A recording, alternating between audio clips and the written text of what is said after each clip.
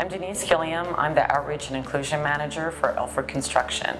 I have been working in the D&I space for 8.5 years. I've always loved to help people, and this was an opportunity to not only help small businesses, but to help minorities and women come into the field. I've been working with people ever since I was in the military. Came out of the military and went into probation and parole. Came through child welfare as a caseworker.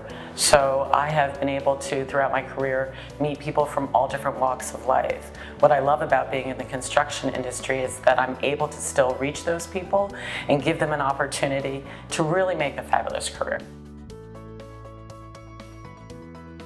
Well, I think first, when we're talking about making inclusion a priority, I think first we have to recognize that there's two different things here, right? There's diversity and then there's inclusion. You can bring people together, and that's a diverse group. Where inclusion comes into play is bringing those people together, and so that they're working as a team with everyone feeling respected, valued, and appreciated.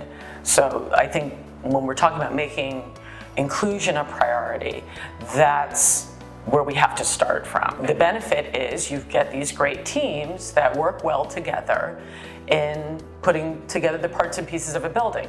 So when we think about what it takes to build, it's various trades, it's different materials all coming together. Well, that's the same thing with the teams of people that we have building them. So if it's not inclusive, then everyone's doing their own thing, and how can we really then come together cohesively?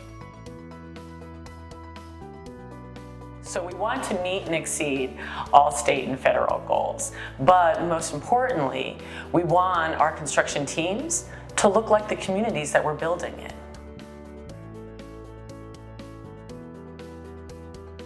I think historically, construction has not been as welcoming to minorities and women.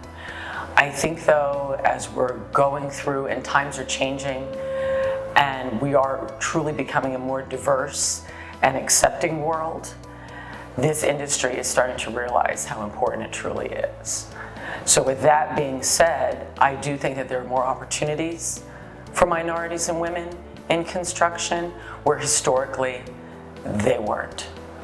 I don't find that there's any challenges to making it a priority. The challenges come when we're looking for minorities and women to come into the field. A lot of people don't know about construction, or they think they have archaic thoughts about what it entails, and they don't realize that it's a great way to make a good living, support your family, and really put your life on a new path.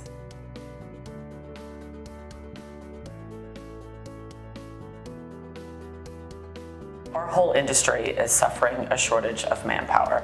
How we combat that is to make sure that we're developing the talent that we have and retaining them, and also getting out there and getting the word out about careers in construction. Does the diversity and inclusion piece hurt that effort? No, not at all. We're not just out there talking to only minorities and women.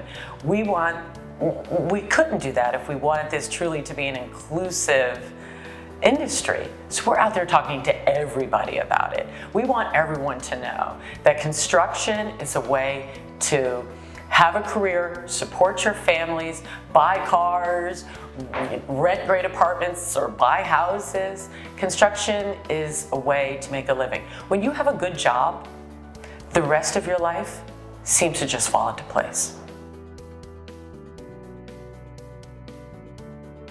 I go to career fairs, I partner up with community organizations, schools, trade schools. I go and I talk about construction. I talk about how it is a great career to have. I talk about how it's a wonderful way to get yourself out of whatever socioeconomic background that you may have into a new one.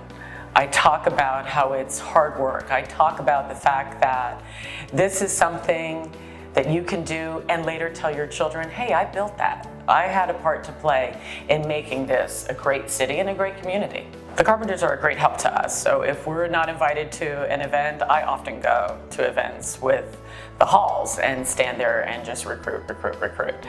I think the partnership that we have as a contractor, when we're asking the IKORCC, send us diverse candidates, send us women, send us minorities. The partnership comes into play when we're willing to go out there with you as well to help find that next great talent. So I think it's really important, the partnership that we have.